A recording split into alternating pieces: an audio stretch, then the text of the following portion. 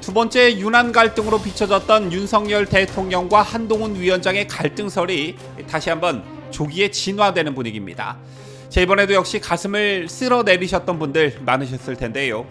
윤심으로 대변되는 이철규 의원과 한동훈 위원장 간의 고성이 오갔다는 보도가 있었지만 오늘 한 위원장은 황상무 시민사회 수석이 사퇴했고 이종섭 호주 대사는 곧 귀국한다는 소식을 알리면서 국민의힘과 윤석열 정부는 운명 공동체라고도 했습니다. 따라서 도주 대사라면서 총 공세를 퍼부었던 더불어민주당이 좀 뻘쭘하게 됐는데 어쨌든 당정 갈등이 다시 한번 조기에 수습되면서 다소 가라앉은 총선 분위기에 또 한 번의 변곡점이 될 전망입니다.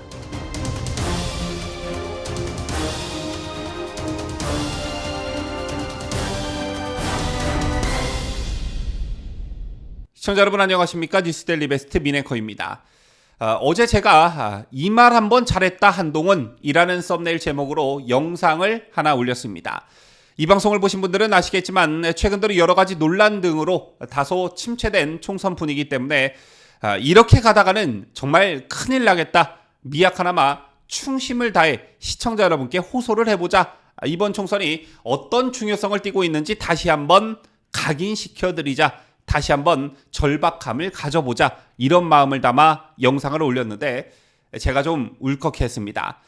해당 영상에는 평소보다 훨씬 많은 2,000개가 넘는 댓글이 달렸고 그 댓글들 속에는 이번 총선과 관련한 여러분들의 염원이 담겨 있었는데 물론 윤석열 대통령을 비판하시는 분들 반면 한동훈 위원장을 비판하시는 분들도 물론 계셨지만 이번 총선에서 더불어민주당에게 지면 절대 안 된다라는 어떤 절박함들을 전부 다 갖고 계시다는 것을 제가 확인할 수 있었습니다. 어제 제가 방송에서 한 위원장의 말을 빌어 총선에서 지면 윤석열 정부는 뜻 한번 펼치지 못하고 끝난다는 것을 강조해서 말씀을 드렸는데 일각에서는 이 같은 한 위원장의 발언이 윤석열 대통령을 겁박한 것이다 라고 해석하는 평론가들도 있지만 꼭 그렇게까지 볼 수 있을까요? 윤석열 대통령께서도 과거 인터뷰 등에서 이런 취지의 말씀을 하신 적이 있습니다. 또 이번 총선에서 지면 더불어민주당과 조국혁신당, 진보당 이런 세력들이 윤석열 대통령을 가만히 내버려 두지 않을 것이라는 것은 우리 모두가 예측 가능한 부분이기도 합니다. 어쨌든 오늘 여러분들의 가슴을 쓸어내렸을 소식이 전해졌지요. 오늘 국민의힘 현장선거대책위원회가 안양에서 열렸는데요. 이 자리에 참석한 한 위원장이 황상무 시민사회 수석이 오늘 사퇴했고 이종섭 호주 대사가 곧 귀국한다는 소식을 대내외적으로 알렸습니다. 사전에 대통령실과 국민의힘 윤석열 대통령과 한동훈 위원장의 일종의 합의 사전 조율이 있었다는 것을 암시하는 대목이 아닐까 생각하는데요. 자, 일단 표면적으로는 당에서 요구한 것을 대통령실이 수용하는 모양새가 됐습니다. 공수처가 소환도 안 한 상태에서 재외공관장이 국내에 들어와 마냥 대기하는 건 매우 부적절하다는 기존 입장에서 대통령실이 한 발 물러난 것으로 보여지는데요.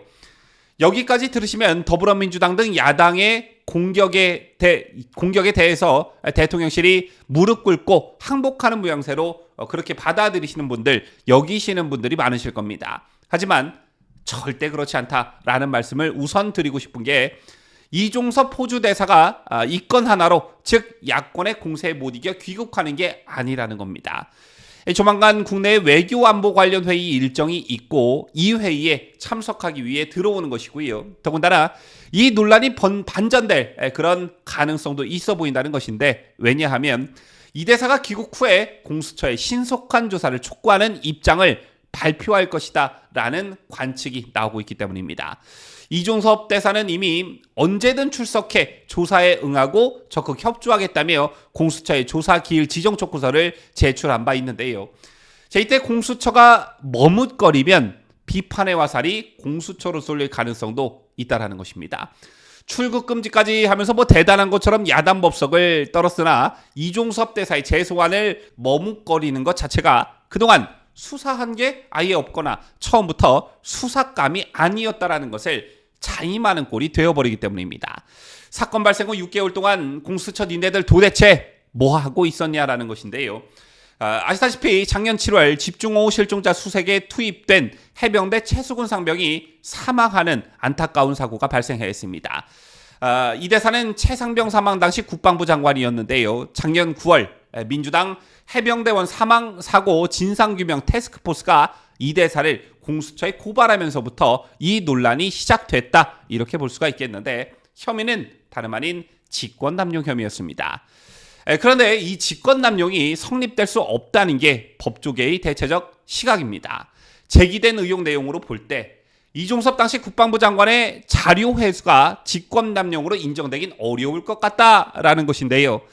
직권남용 범죄가 성립하려면 직무 권한을 가진 공직자가 그 권한을 남용해 다른 사람에게 의무에 없는 일을 하게 하거나 권리 행사를 방해한 그런 사실이 있어야 합니다. 그런데 이종섭 당시 국방장관이 해병대 수사단이 경찰에 이첩한 조사 자료를 회수하게 한 것은 국방장관의 권한 행사라는 것이고요. 따라서 해병대 수사단의 수사를 방해해야 직권남용이 성립하는데, 더군다나 최상병 사망에 대한 수사권은 해병대 수사단이 아니라 경찰에 있습니다.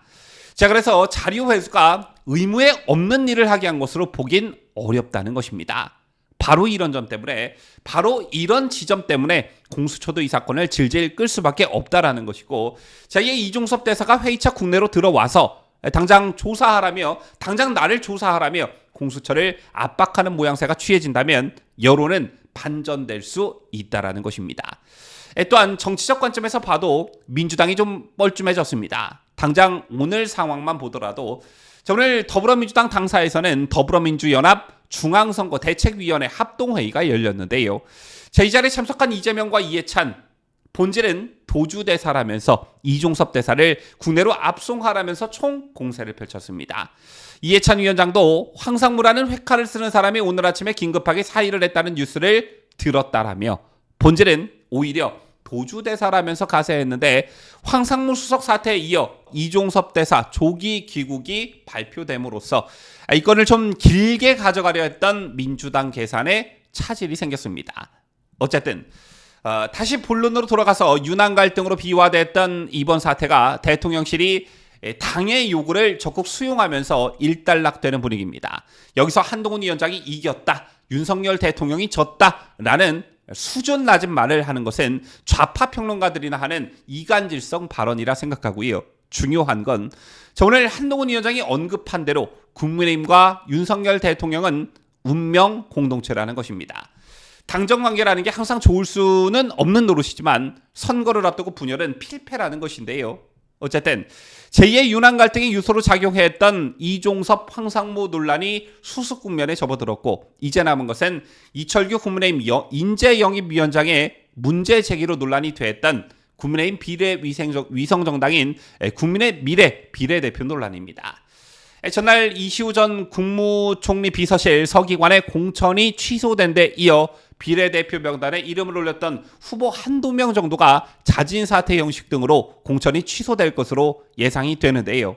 이것과 관련해서도 지지층들의 불만과 지적이 잇따르고 있는 상황입니다. 하지만 언제까지 이런 내부의 문제로 시간을 허비할 수는 없는 노릇 아니겠습니까? 지금까지 저는 자유대한민국을 소화하는 뉴스데일리 베스트 민앵커였습니다.